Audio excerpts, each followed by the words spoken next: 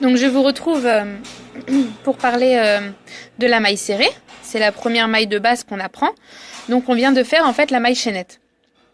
Donc avec ça, avec cette structure, en fait ça nous permet d'avoir la structure de base du travail. On va essayer, donc on va faire des mailles dans chaque maille chaînette qu'on a fait. Donc on en a fait 10.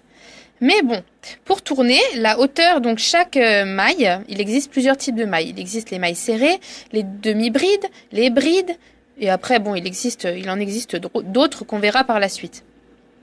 Mais bon, les plus importantes sont la maille serrée, la demi-bride et la bride.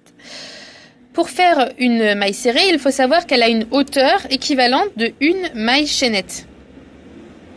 Donc, pour monter la hauteur équivalente de la maille serrée, pour que ça monte d'un cran, on est obligé de faire une maille chaînette en plus. Donc, je fais une maille chaînette, donc comme tout à l'heure, une maille chaînette en plus des 10 qu'on a fait.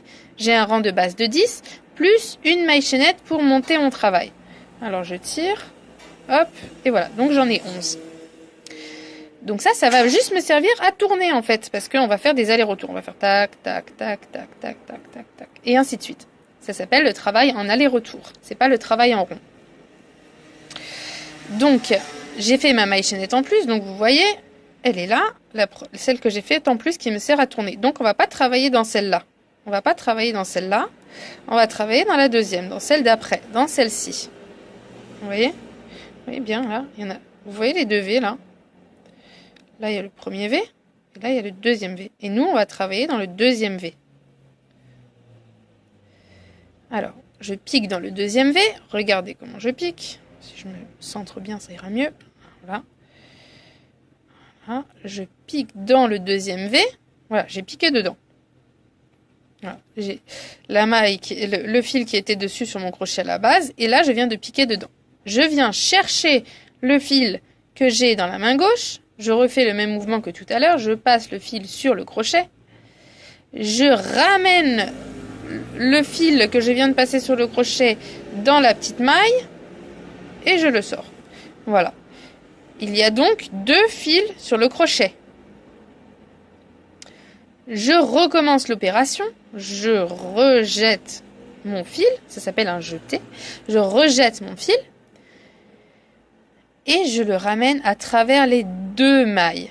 Bon, ça a l'air un peu compliqué au début, mais ne vous effrayez pas. Au bout d'un moment, vous allez prendre le pli et ça va aller tout seul. Attendez, je recadre un petit peu. Je recommence l'opération. Donc voilà, ça y est. Maintenant, j'ai commencé, j'ai fait ma première maille de mon rang. Je recommence donc dans la seconde maille, dans le second V qu'on voyait tout à l'heure. Vous voyez? Donc là, j'ai piqué dans... J'ai fait ma première maille. Et je vais piquer dans la deuxième maille. Je pique dedans, je ramène le fil, je rejette le fil et je le ramène au travers des 2 mailles. Je recommence l'opération, donc j'en ai fait 2. La troisième, alors vous voyez le V là, il faut piquer dans celle du dessus. Alors je pique dans la maille. Je ramène le crochet dedans, je jette et je tire. Voilà, j'ai fait 3 mailles serrées.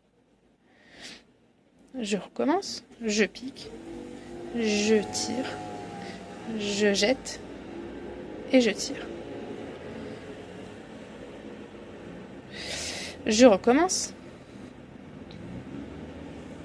je pique, je jette et je tire.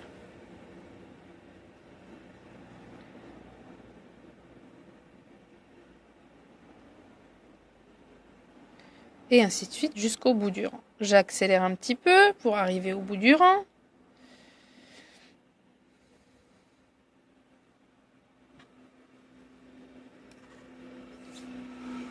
Hop là. Voilà. Donc. Alors, je vais vous expliquer comment compter les mailles. Vous voyez là, ça va de nouveau former des petits V. Donc là, vous voyez bien clairement le premier V, la première maille, le deuxième V, la deuxième maille. Vous voyez, j'ai pris le travail un peu vers le haut comme ça pour voir bien les V. Le premier V, le deuxième V, le troisième V, le quatrième V, et 5, et 6, et 7, et 8, et 9. Donc, il nous en manque une. On tire sur le fil pour bien remettre le fil bien tendu sur le crochet. Ne tirez pas hein, sur votre fil, hein. Tendez juste simplement, voilà, comme ça. Et après, donc vous voyez là, la dernière maille, elle est là. Je sais pas si vous la voyez bien. Elle est là. Donc on prend toujours le fil du dessus. Vous voyez, le petit nœud coulant, il est là, hein, il est juste là. Hein. C'est vraiment, c'est la dernière maille. On pique dedans et on refait la même opération. Et voilà, vous avez terminé votre premier rang au crochet. Pour continuer, c'est beaucoup plus simple qu'au début, parce que c'est vrai que la maille chaînette, c'est un peu difficile parfois à piquer dedans. Donc pour continuer, on refait la maille en l'air pour monter la hauteur, comme je vous expliquais. Vous voyez la hauteur du rang là? Et bien ça, c'est équivalent à une maille en l'air, enfin une maille chaînette.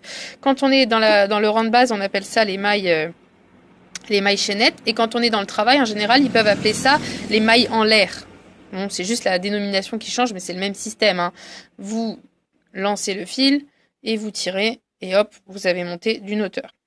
Alors après, il faut bien comprendre qu'on fait des allers-retours. Donc, on va tourner notre travail pour aller dans l'autre sens.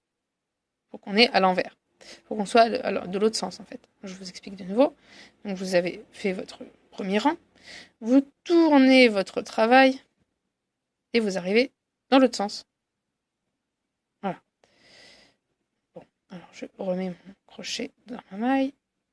Je tire un tout petit peu, hein, pas fort. Et j'arrive de nouveau de l'autre sens. Alors là, c'est un peu plus simple, je trouve, quand même. Vous voyez là, si vous faites comme ça, on retrouve les petits V. Donc, on doit piquer dans le petit V. Donc, vous piquez, vous voyez le trou là. Alors, le premier trou, vous le voyez là, vous tirez un petit peu pour voir bien. Vous voyez le petit trou là? Voilà. Vous regardez, c'est le petit V. Donc, on est bien au bon endroit. Donc, on pique dedans. Hop. Quand j'ai mon crochet dedans, vous vérifiez bien que vous avez le petit V dessus. Vous le voyez là, le V? Voilà. On est au bon endroit. Donc, on se remet correctement. On rejette notre fil comme on a fait tout à l'heure. On le ressort. On a de nouveau les deux boucles. Donc, on rejette le fil. Et on le retire au travers des deux boucles. Et ainsi de suite, on recherche le trou d'après. On vérifie si c'est au début. Hein. Après, vous verrez, ça va tout seul. C'est le début qui est difficile. Faut un peu persévérer.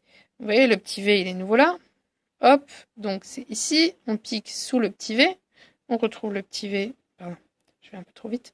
On retrouve le petit V sur notre crochet. On ramène le fil. On a les deux boucles. On rejette le fil autour, comme on a fait tout à l'heure, comme on a fait. Hop, on a fait les deux premières mailles du deuxième rang. Voilà, parce que ça, c'était le premier rang. Et là, on est en train d'attaquer le deuxième rang. Voilà. Donc, on continue jusqu'au bout du rang. 3, 4, 5, 6, 7,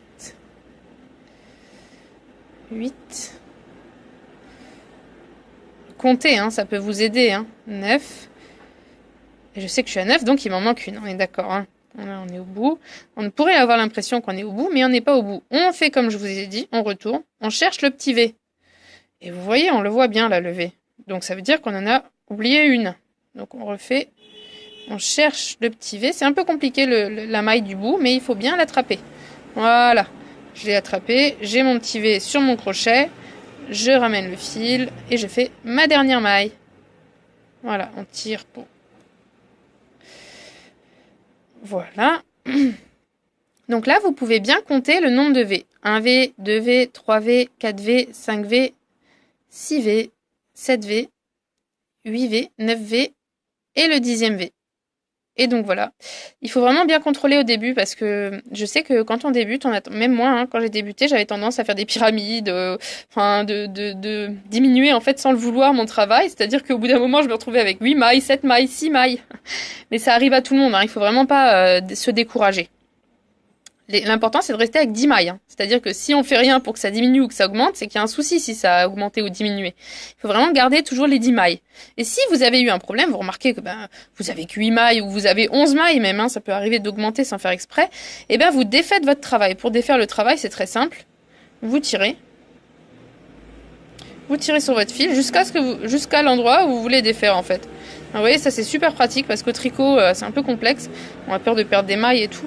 Mais au crochet c'est très simple. Si vous voyez que vous avez une erreur là ou là, et ben vous tirez jusqu'à ce que vous arriviez à l'erreur en fait et voilà. Et donc quand vous êtes arrivé à votre erreur, vous retrouvez votre boucle, hein, vous remettez votre crochet dedans et vous repartez pour corriger votre erreur et recommencer jusqu'à ce que vous y arriviez parfaitement. Puis je suis sûre que vous allez y arriver, il n'y a pas de raison, hein. Faut vraiment persévérer, c'est tout. Au début, c'est vrai, on fait des trucs pas très jolis au début, mais après, voilà, ça va tout seul, vous verrez. Allez, bon courage pour la suite, et puis je vous retrouve pour une prochaine vidéo pour parler de la demi-bride.